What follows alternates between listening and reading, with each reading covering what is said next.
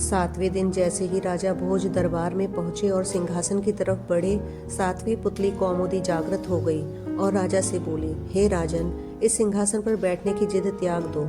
इस सिंहासन पर वही बैठ सकता है जो राजा विक्रमादित्य की तरह गुणवान हो। अगर तुम में उनकी तरह एक गुण भी हो तो अवश्य इस सिंहासन पर बैठना। सुनो, मैं तुम्हें परम प्रतापी और वीर विक्रमादित्य की कथा सुनाती हूँ।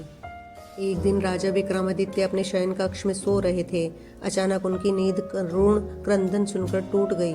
उन्होंने ध्यान लगाकर सुना तो रोने की आवाज नदी की तरफ से आ रही थी और कोई स्त्री रोई जा रही थी। विक्रम की समझ में नहीं आया कि कौन सा दुख उसके राज्य में किसी स्त्री को इतनी रात बिलख बिलख कर रोने को विवश कर रहा है।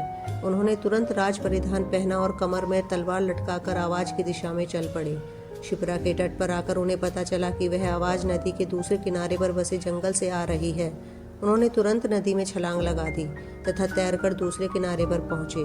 फिर चलते चलते उस जगह पहुंचे जहां से रोने की आवाज आ रही थी। उन्होंने देखा कि झाड़ियों में बैठी एक स्त्री रो रही है। उन्होंने उस स्त्री से रोने का कारण पूछा। स्त्री ने कहा कि वह कई लोगों को अपनी व्यथा सुना चुकी है, मगर कोई फायदा नहीं हुआ।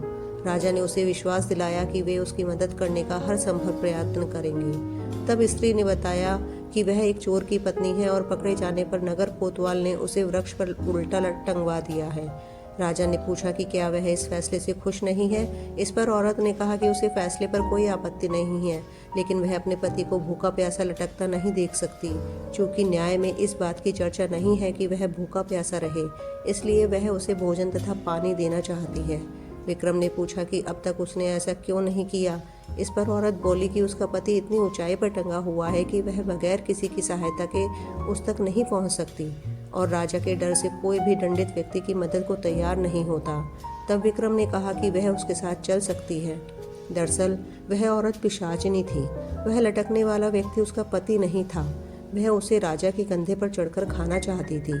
जब विक्रम उस पेड़ के पास गए तो उस व्यक्ति को वह चट कर गई। तृप्त होकर विक्रम को उसने मनचाही चीज मांगने को कहा। विक्रम ने कहा वह अन्नपूर्णा का पात्र प्रदान करे जिससे उसकी प्रजा कभी भूखी नहीं रहे। इस पर वह पिशाचिनी बोली कि अन्नपूर्णा पात्र देना उसके बस में नहीं, उससे उसकी बहन प्रदान कर सकती है। विक्रम उसके साथ चलकर नदी किनारे आए जहाँ एक झोपड़ी थी।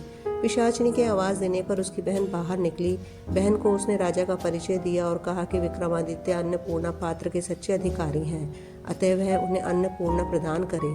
उसकी बहन ने सहर्ष अन्नपूर्णा पात्र उन्हें दे दिया। अन्नपूर्णा लेकर विक्रम अपने महल की ओर रवाना हुए। तब तक भोर हो चुकी थी। रास्ते में एक ब्राह्मण मिला।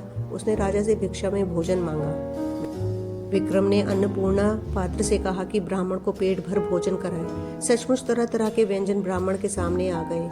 जब ब्राह्मण ने पेट भर खाना खा लिया तो राजा ने उसे दक्षिणा देना चाहा।